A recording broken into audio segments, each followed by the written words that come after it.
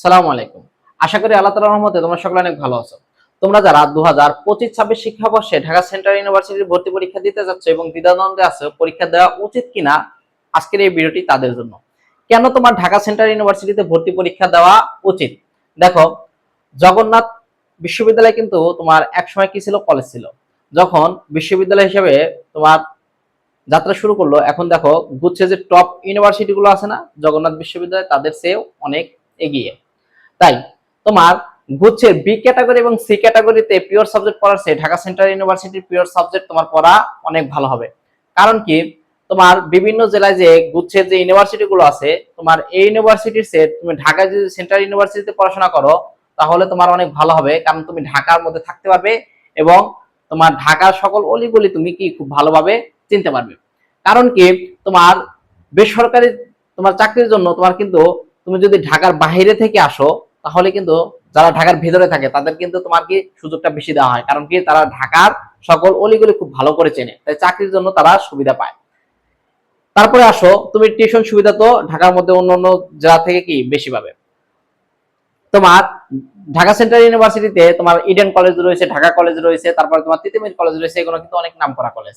যেহেতু ঢাকা সেন্ট্রাল ইউনিভার্সিটির তোমার পথ চলা অল্প কিছুদিনের মধ্যে শুরু হয়েছে এবং দেখবা যে আগামী কয়েক বছরের মধ্যে ঢাকা সেন্ট্রাল ইউনিভার্সিটির গুচ্ছের টপ লেভেলের ইউনিভার্সিটির সমপর্যায়ে ইনশাল্লাহ চলে যাবে। কারণ কি, এটা ঢাকার মধ্যে সুযোগ সুবিধা বেশি। তাই আমি মনে করি তোমরা যারা ফার্স্ট টাইমের আছো তারা ভর্তি পরীক্ষা দেবে এবং যারা সেকেন্ড টাইম আছে তারা কিন্তু অবশ্যই ভর্তি পরীক্ষা দেবে।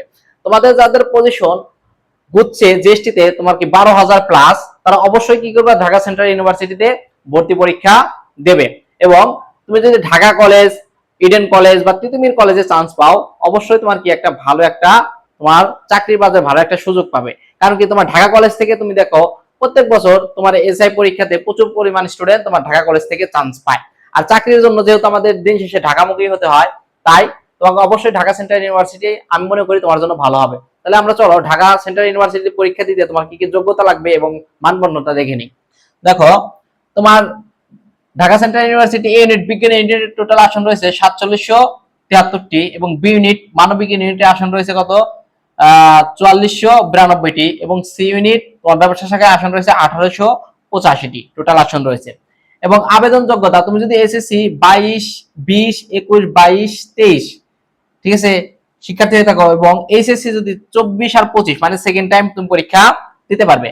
এবং সেকেন্ড টাইমারদের জন্য কিন্তু 2 মার্ক তোমার কাটা যাবে। যারা সেকেন্ড টাইমে আছো তাদের জন্য কি 2 মার্ক তোমার কাটা যাবে। এবং জিপিএর উপর তোমার যদি তোমার এসএসসি এবং এসএসসি টোটাল মিলে যদি 7 থাকে তাহলে তুমি ভর্তি পরীক্ষা দিতে পারবে। এবং মানবিক ইউনিটের 6.50 এবং সি ইউনিটের শুধু 6 থাকলে কিন্তু তুমি ভর্তি পরীক্ষা দিতে পারবে। তারপর আসে মানবন্ধন, তোমার পরীক্ষা হবে টোটাল 100 মার্কের এমসিকিউর উপরে, সময় থাকবে তোমার কিন্তু 1 ঘন্টা। এখানে কিন্তু তুমি ক্যালকুলেটর ইউজ করতে পারবে না।